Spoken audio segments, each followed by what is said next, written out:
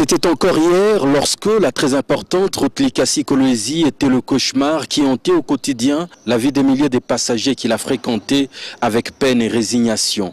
Les bourbiers, les intempéries avaient même fini par y créer des bandits d'un genre nouveau, les coupeurs des routes, alors que certains passagers malades rendaient l'âme sur ce fameux rendez-vous. Le temps de la réhabilitation donné, aujourd'hui l'honorable Moïse Katumbi Tchapoué peut enfin souffler, car d'un bout à un autre, sur tous ces 300 km en partant de Lubumbashi, cette route est entièrement asphaltée, réhabilitée par les frais générés par les recettes du péage, bien gérées. Un autre défi à relever était celui du pont jeté sur le fleuve Lualaba. Le pont jusque-là en usage n'avait que 104 mètres de portée et ne pouvait supporter plus de 10 tonnes.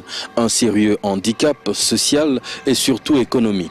Un drame quotidien qui voyait des accidents à répétition emmenant quelquefois des camions vider leur chargement acide dans le fleuve. Un pont qui du reste, pour souffler un peu, devrait être fermé la nuit au trafic. On y roule à 8 km/h maximum. La solution était alors d'emprunter l'unique bac disponible au niveau du fleuve, traversant tant bien que mal le fleuve à coups de plusieurs fils. Sans attendre, le gouverneur invite à sa table l'entreprise chinoise Crexet qui, en janvier 2011, lui présente la maquette surréaliste d'un nouveau pont à jeter. Très difficile à croire, surtout au vu du budget qu'il requiert, pas moins de 36 millions de dollars américains. Sans attendre, les travaux débutent et le gouverneur ne passe aucun mois sans en inspecter l'avancement et encourager les travailleurs. Il veut que l'ouvrage fût livré dans le délai. Un véritable énorme atelier est installé alors à ciel ouvert pour enfanter le nouveau pont. Il y est fabriqué des poutres longitudinales de 180 tonnes et 50 mètres chacune, avec une hauteur de 2,80 mètres. Il faut le faire.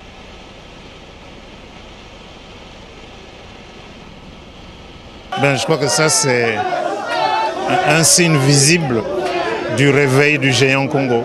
Après près de 2 ans de travail acharné, le nouveau pont voit le jour. C'est une mégastructure de 9 mètres de large et apte à supporter jusqu'à 100 tonnes. Il est doté de 2 voies de circulation. C'est à ce jour le pont en béton le plus long du pays. Le pont Maréchal étant lui suspendu.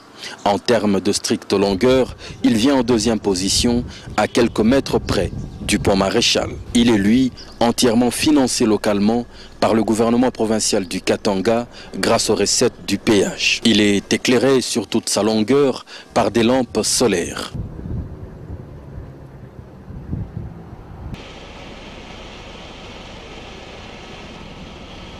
Avec un grand plaisir, le gouverneur Moïse Katumbi Tchapoué, accompagné de la population des environs, a foulé enfin ses pieds et traversé ce jeudi 26 décembre 2013 l'ouvrage fini.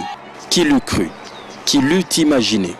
Et pourtant là, au-dessus du fleuve Lualaba se dresse la nouvelle merveille d'infrastructure de la République démocratique du Congo.